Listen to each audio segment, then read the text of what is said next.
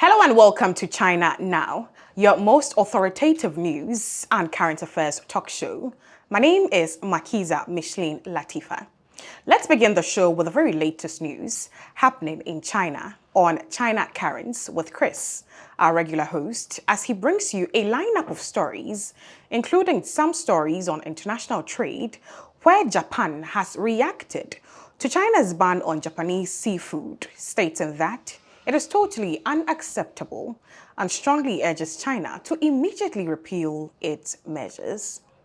He will also talk about the Chinese economy, as major Chinese cities have begun stimulating the housing market by widening the definition of first-time home buyers to give more people access to preferential mortgages. Kris has also got some news on the recent survey report released by M Cos Institute on employment issues in China. Stay tuned for details of these stories and many others. China Currents is a weekly news talk show from China to the world. We cover viral news about China every week and also give you the newest updates on China's cutting-edge technologies. Let's get started.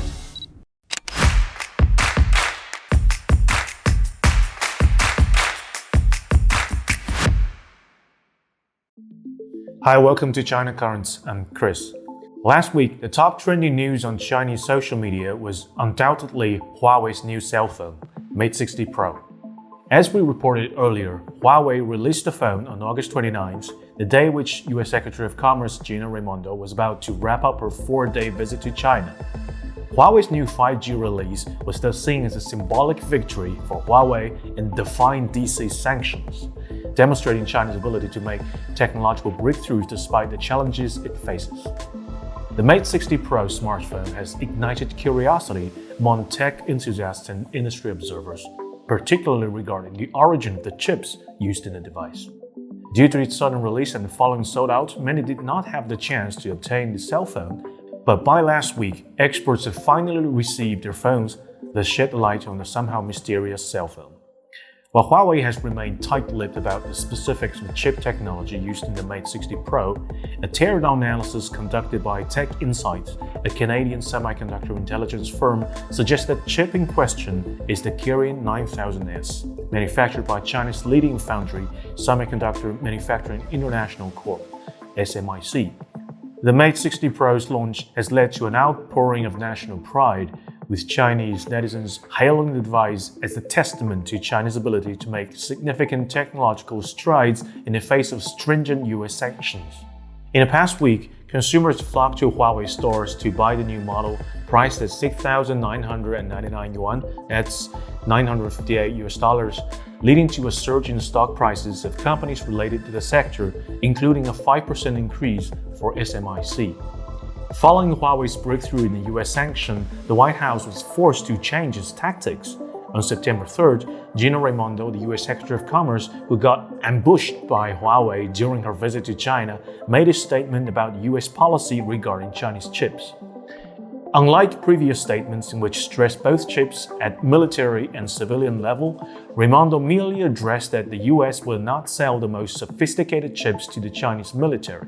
She did not deny the possibility of selling chips to China in the future as well. After Huawei's Mate 60 Pro smartphone surprised the market, China's chip breakthrough on the civilian level had been proved, leaving the military-level chips the last resort for the US to contain China technically. Many Chinese see the US ambiguity as an attempt to compromise. However, Chinese netizens believe that the White House would not go quietly.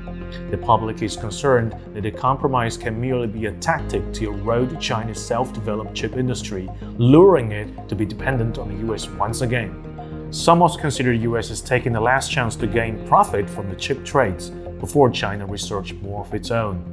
But either way, Raimondo's tough statements on military chip restrictions did not trigger much reaction. It's just never a secret. The high-tech sector is now the only place in which US loosens its grip. On September 6th, the US Trade Representative Catherine Tai announced the extension of tariff exclusions on 352 Chinese imports and 77 COVID-19 related categories until December 31st, including face masks, examination gloves, and hand sanitizing wipes. The exemptions were previously set to expire on September 30th. Under the Trump administration, tariffs were imposed on Chinese imports in the name of national security using Section 301 of the 1974 Trade Act.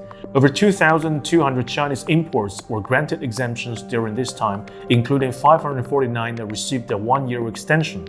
However, all exemptions expired at the end of 2020. In October 2021, the USTR proposed reinstating the 549 expired exemptions and opened a period of public comment. Nearly half a year later, the USTR confirmed 352 of these exemptions in a March 2022 statement. The exemptions have since been repeatedly extended, now through the end of this year, and critics argue the tariffs have increased costs for American businesses and consumers without achieving stated policy goals. The renewal of 77 COVID-19 related medical products is likely related to the resurgence of the pandemic in the United States.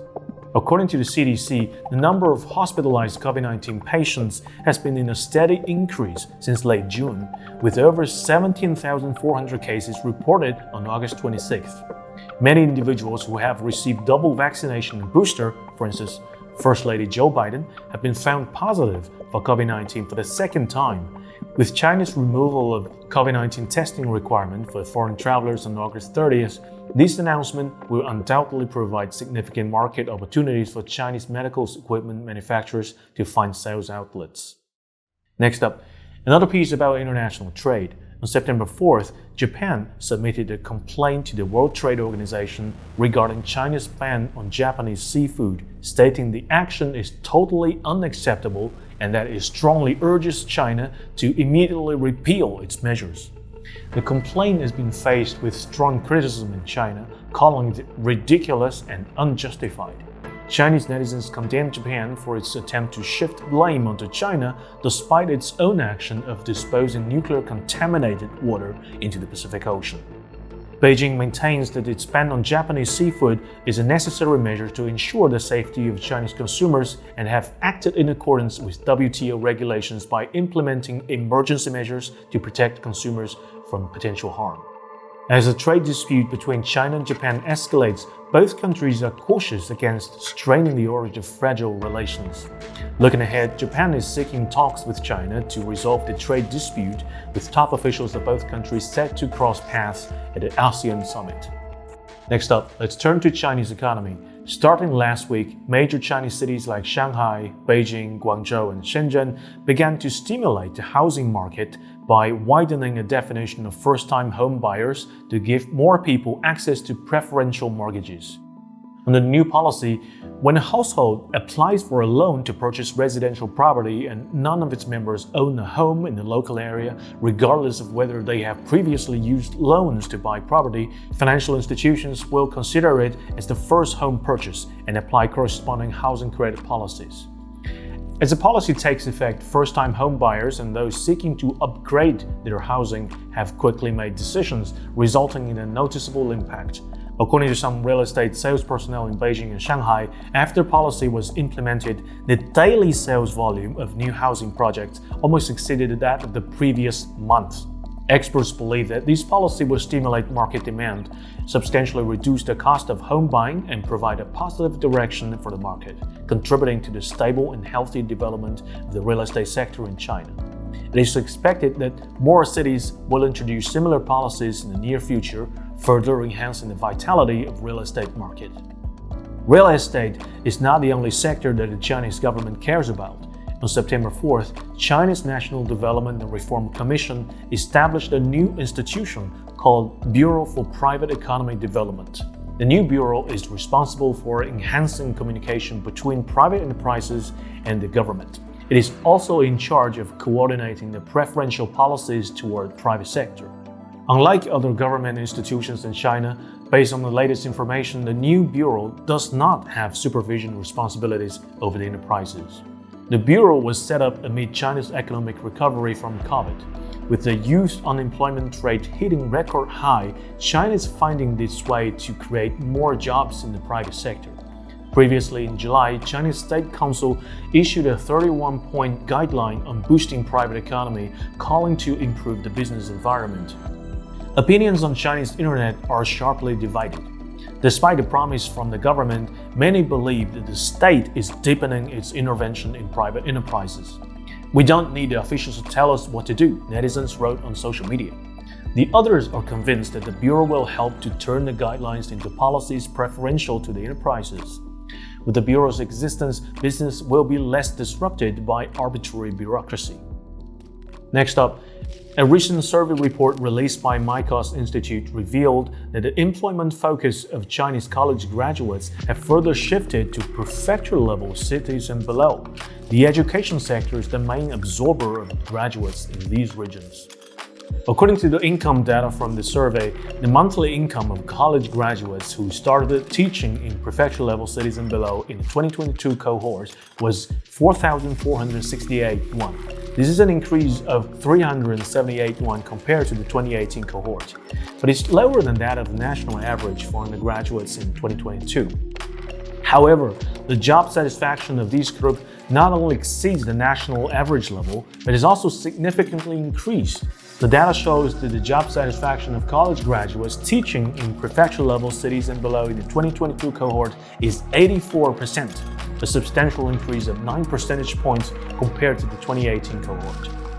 The shift in employment focus and the corresponding satisfaction level indicates that more graduates are finding rewarding work in smaller cities and in the education sector. While their income may be slightly lower than the national average, the job satisfaction level suggests that the value factors beyond monetary compensation. Next up, let's turn to Chinese technology. On September 7th, the China-Indonesia joint high-speed railway connecting Jakarta and Bandung officially opened, reducing travel time between the two cities from 3.5 hours to just 40 minutes. The 142 km long Jakarta-Bandung high-speed railway is Indonesia and Southeast Asia's first high-speed rail system, fully adopting Chinese technology and standards.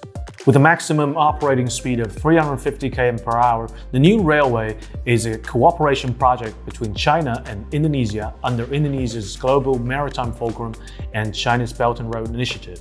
It will begin commercial operations in early October. Next up, on September 4th, NIO co-founder Chin Lee Hong revealed that the electric vehicle maker plans to launch its first smartphone product, the NIO Phone, on September 21st. The NIO Phone is already in production, and the company plans to release an entirely new model annually, similar to Apple. According to reports, the NIO Phone has received network access licensing from the Ministry of Industry and Information Technology, and will support UWB, that's ultra-wideband technology. This suggests that NIO Phone may serve as a digital car key for NIO vehicles and help build a portfolio of terminal devices centered around the car. At the same time that EV makers like NIO are crossing over to the smartphone industry, major smartphone brands also making a reverse move in the automotives. It was revealed that Xiaomi's automotive program is currently in trial production, beginning just 1 month ago. Xiaomi is currently producing around 50 test vehicles per week. Sources say Xiaomi received approval from the MIIT within the last 2 months and could receive full approval by the end of this year. Once approved, Xiaomi will be able to immediately ramp up the mass production of Xiaomi-branded cars. Lastly, let's take a look at the Chinese cinema. According to data from Maoyan, Christopher Nolan's new film Oppenheimer has made 258 million yuan in China after 8 days, surpassing the recent popular Hollywood blockbuster Barbie. From September 1st to 6th, Oppenheimer was the top-grossing film in China each day. As a biopic about J. Robert Oppenheimer, the legendary American physicist known as the father of the atomic bomb, the film has also sparked passion among Chinese audience in revisiting this period of World War II history and nuclear warfare.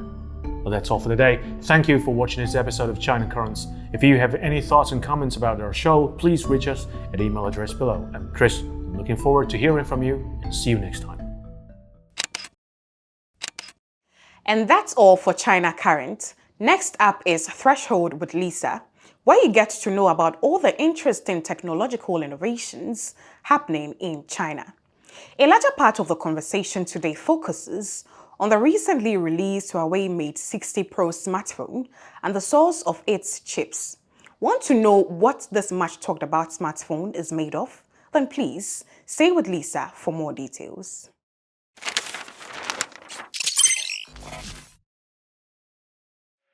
Hi, I'm Lisa and this is Threshold in China. Today we are going to share some exciting tech innovations and announcements that happened in China recently.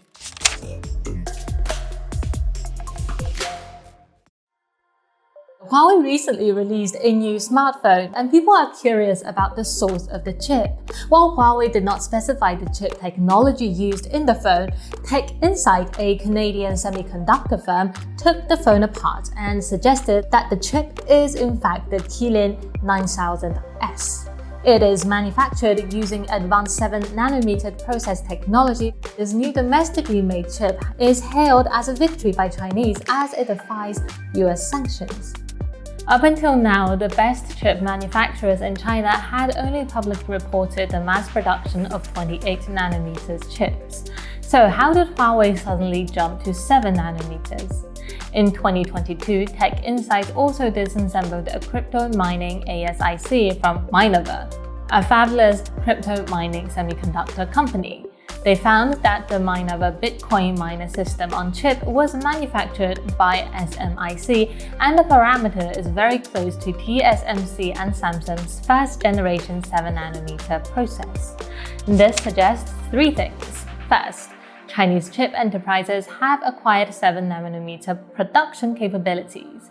Second, if it's being used in mining machines, it means these chips have industrial patch delivery capabilities and not just a few experimental products from a laboratory. And third, the manufacturing time of these chips can be traced back to July 2021, indicating that the breakthrough to 7nm in China happened as early as 2021.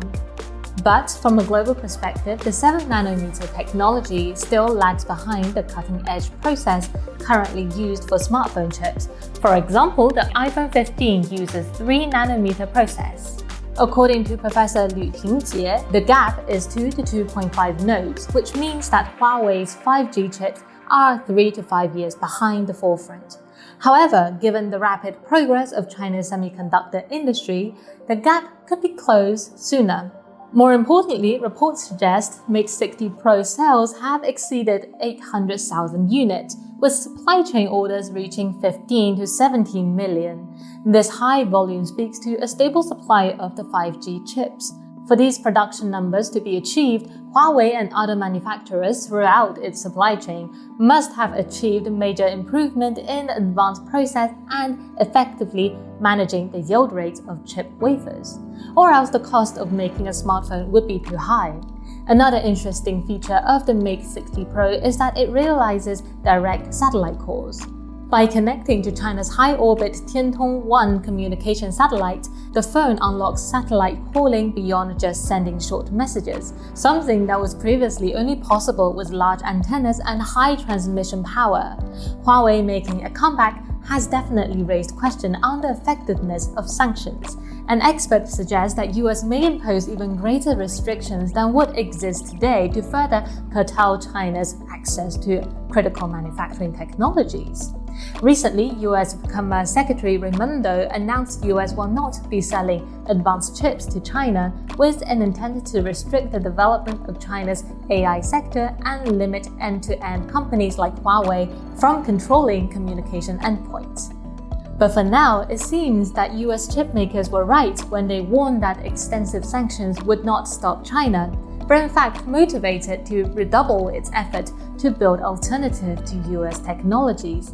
A phenomenon that is also happening to other sectors as the tech war intensifies.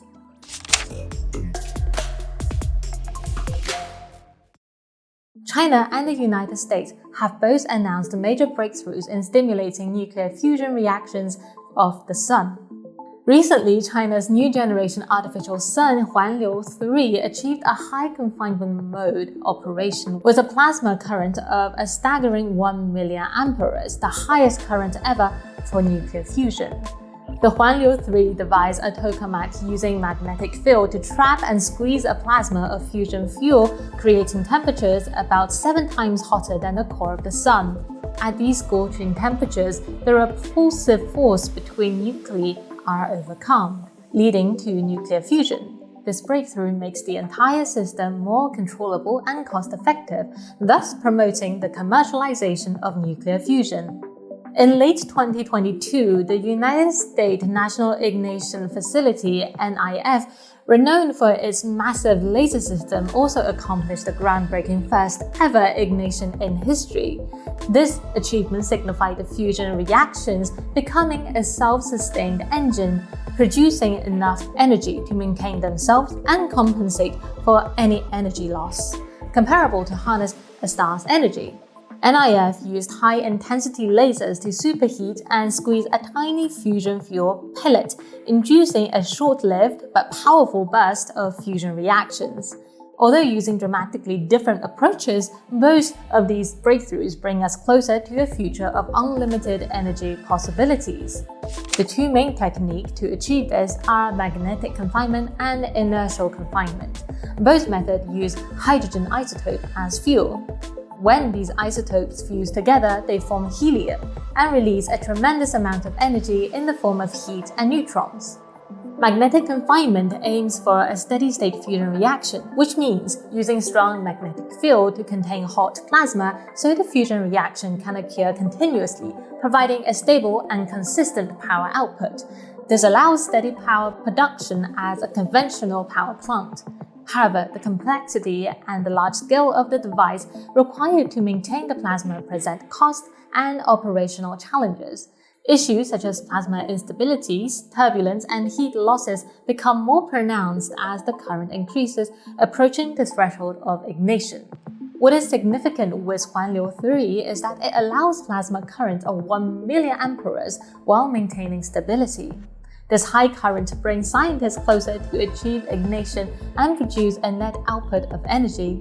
Projects like Huawei 3, as well as the International ITER project in France, in which China also participates, are making substantial progress in the field, aiming to make fusion a large-scale energy source. Inertial confinement, on the other hand, aims for a post-fusion reaction. It rapidly compresses a small pellet of fusion fuel using focused laser beam or particle beams.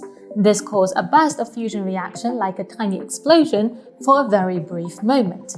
This produces fusion in short pulses, offering flexibility in power generation and not in continuous power. However, it requires precision and synchronized laser pulses to compress the fuel pellet. When it comes to nuclear fusion power generation, it often seems like we are always 50 years away. However, recent research suggests that we probably don't have to wait that long.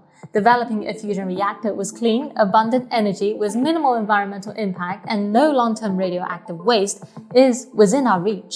Scientists anticipate that commercialization of nuclear fusion could be achieved by the mid-21st century, around 2050.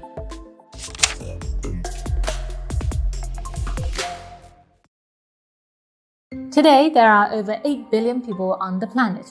Our irresponsible actions caused the extinction of many animals. But did you know that we were once on the brink of extinction? And it is no less dramatic than the Cretaceous extinction event. In a study published in late August, Chinese scientists have shed light on the darkest chapter of human ancestral history. Utilizing a newly developed genomic model, they have revealed that during a prolonged period spanning over 100,000 years, the number of fertile individuals on Earth fell to a mere 1,280, bringing our ancestors dangerously close to extinction. Our understanding of population history has been constrained to the most recent 300,000 to 100,000 years due to the constraints of ancient DNA sequence technology and the Earth's climate, which hinders DNA preservation in fossils older than 300,000 years. To overcome that, scientists have applied innovative population genetic theories to decode the historical imprint left by our ancestors in our genomes. The co-ancestry rate, a measure of genetic relatedness or shared ancestry between individuals or populations in each generation, is influenced by the effective population size of prehistorical times. By examining these genetic imprints, researchers can infer the population size of our ancestors, but the signal preserved in our genome becomes weaker the further back in time they go. To combat this, researchers from the Shanghai Institute of Nutrition and Health have pioneered a new theoretical approach, FitCall. It gave us a new way to estimate the likelihood of observing a specific pattern of gene mutations in a group of individuals, which tells us about their shared history. So essentially, FIPCAL can take a census of ancient human population. The study involves the analysis of genomic sequence from 3,154 modern individuals. It reveals a long and brutal bottleneck period spanning from 930,000 to 813,000 years ago. During this time, 98.7% of human ancestors vanished, leaving an average adult population size of around 1,280 for the subsequent 117,000 years. Human beings were on the verge of extinction, and the real situation may have included some natural fluctuations, making the risk of ancestral human extinctions even higher than the literal interpretation suggests. As a consequence of this small population, human genetic diversity has decreased by 65.85%. So what exactly happened? It is highly likely that they faced ice ages and severe droughts, the violent climate change of the early Middle Pleistocene transition. Surviving all of these, our ancestors preserved, and according to the sequence results of African populations, after the bottleneck period, the ancient human population rapidly rebounded, increasing 20-fold. This could be attributed to both improved climate and learning how to make fires. The implications of this study go far beyond the realm of science and reach into the history of our common humanity. And that is all for today's Threshold. As always, please let us know if you like this new section on science and technology in China, and we will do more in the future. That does it for Threshold with Lisa. We're super excited for what the future holds for China in the field of science and technology in the coming days.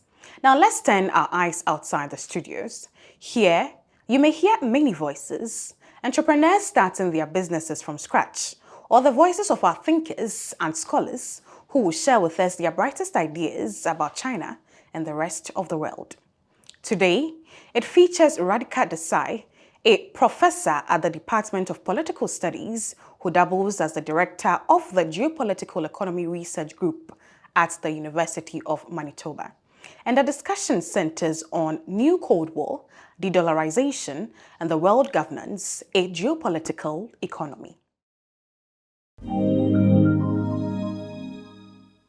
So I want to, by way of an introduction, impress upon you how the United States is facing mounting problems, both at home and abroad. And these are intractable problems. They are not problems that the United States seems to be easily able to solve.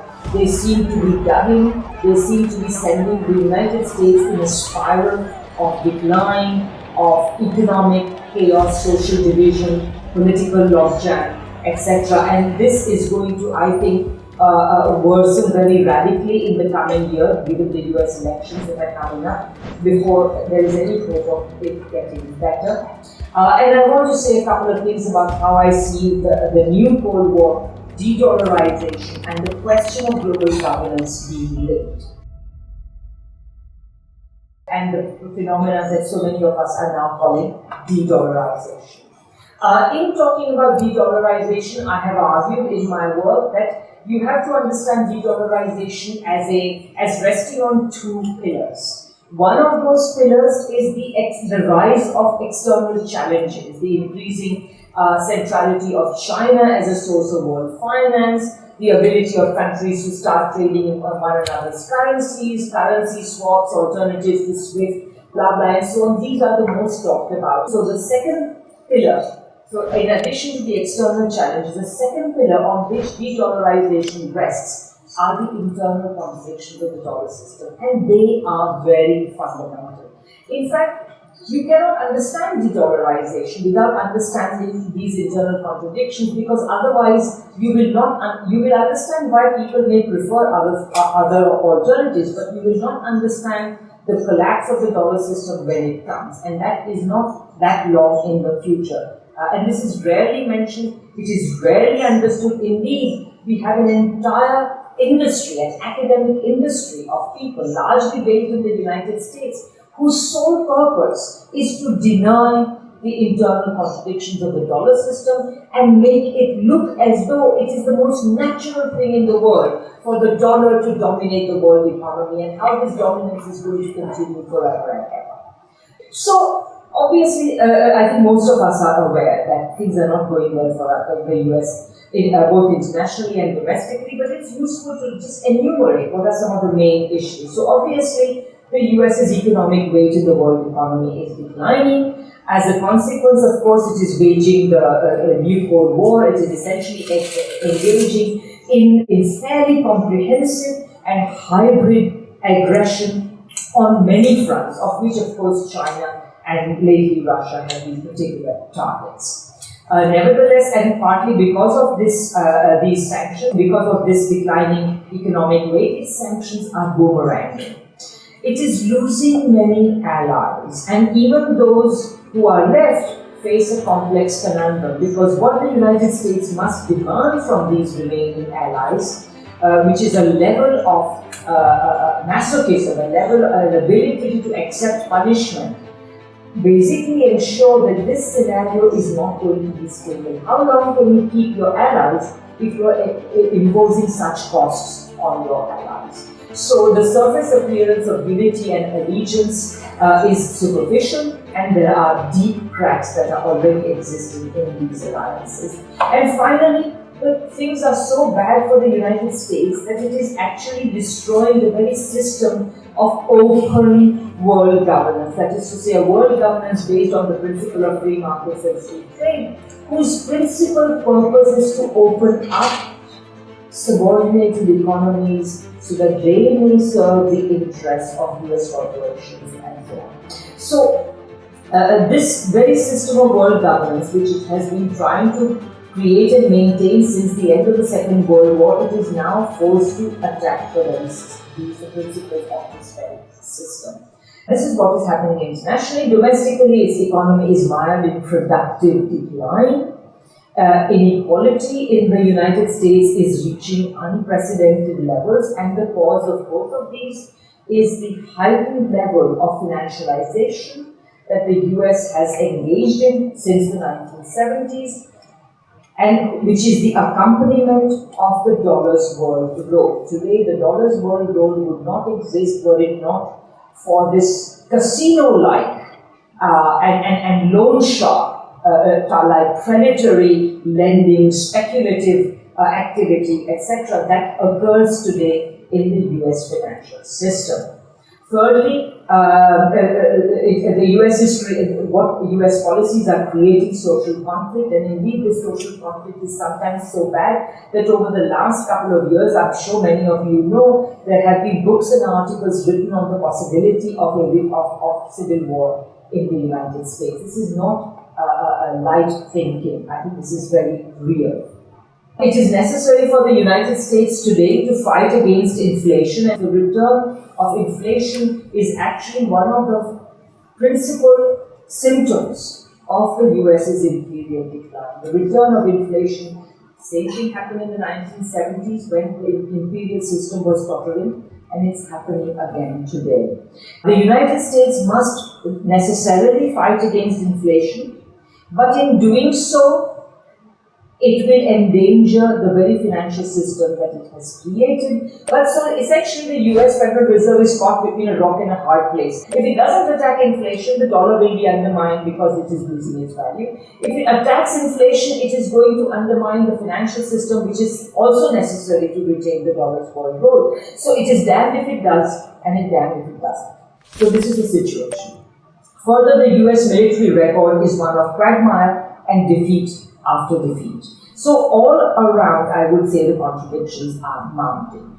Now, what is causing all this? To put this in perspective, let's look at the end of the Cold War. At the end of the Cold War, everybody thought that now the world would be united, peacefully united under the unipolar leadership or hegemony of the United States. The United States would enjoy unbridled power. It was the only remaining superpower, etc. What has happened is that instead of unipolarity, we have multipolarity.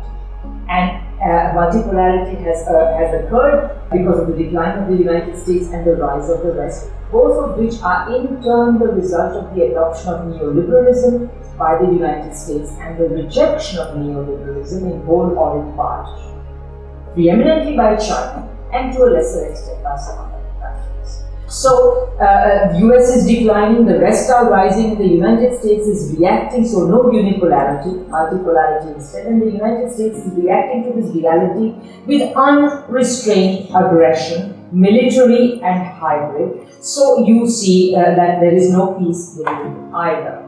But we could also look further back into history to put this in perspective. What we see is, first of all, is the US failure to successfully emulate UK-style dominance over the world system. When the US saw the UK weakening in the early 20th century and the sterling system weakening, so it thought that it could easily step into the shoes of the United States, which is why you have all these theories of hegemony. The US did not succeed in achieving this desire.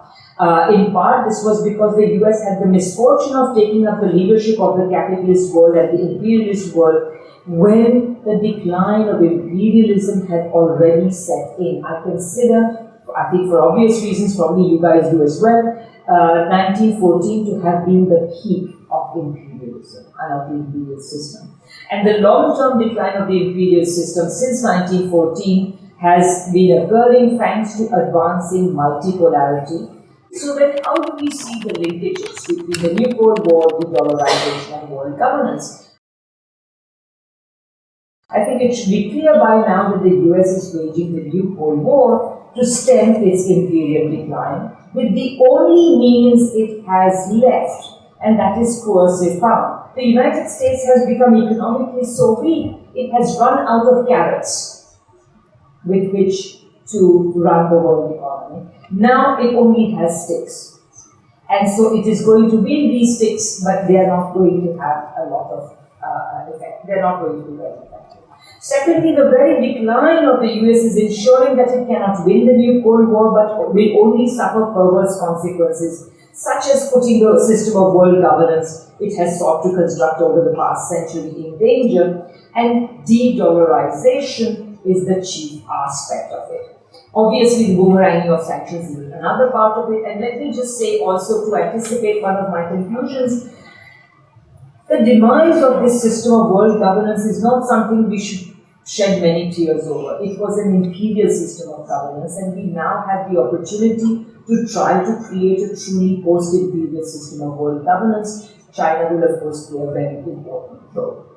And thirdly, of course, the crisis of imperial world governance gives the world majority, this is a term I learned on a recent trip to Russia, when the Russian policymakers are scratching their heads saying, okay, what are we doing? Are we joining the third world? Are we joining, what grouping are we joining? So they've come up with this idea of the world majority, which is actually not a bad one.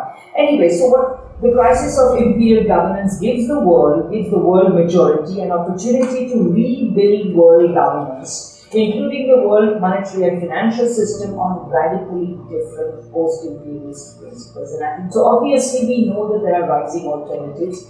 What we are witnessing more and more is the emergence of alternative institutions, many of which will probably survive into a new post-imperial governance system, so they will probably be the building blocks, or at least the early versions of the new post-imperial governance system. So we have new multilateral institutions, the new development bank, the contingency reserve agreement, and so on. These are the most important, I think, because of the centrality of China. The new China-centered financial and development institutions, the Asian Infrastructure Investment Bank, the Belt and Road Initiative, and more broadly, the many-sided lending activities of China's banks, which are not necessarily covered under any of these rubrics. There are, of course, increasing number of bilateral agreements to use non-Western currencies. More and more countries are trying to also stabilize their agreements to use each other's currencies with currency swaps that stabilize the value of mutual value of the currencies and so on. So there are swap agreements. There are alternatives to a Western-dominated payment system, SWIFT.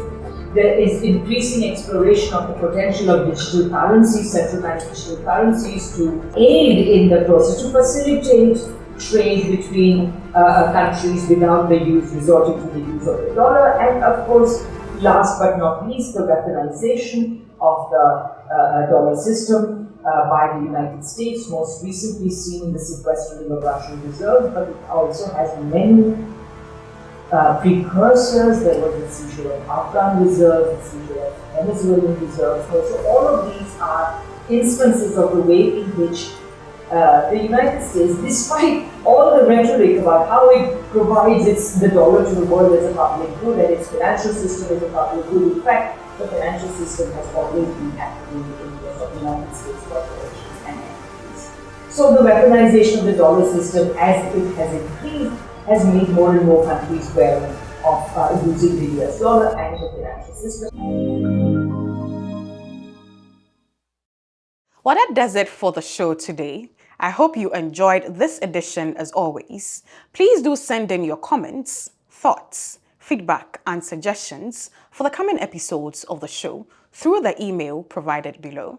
My name is Makiza Micheline Latifa, and I'll see you same time next week.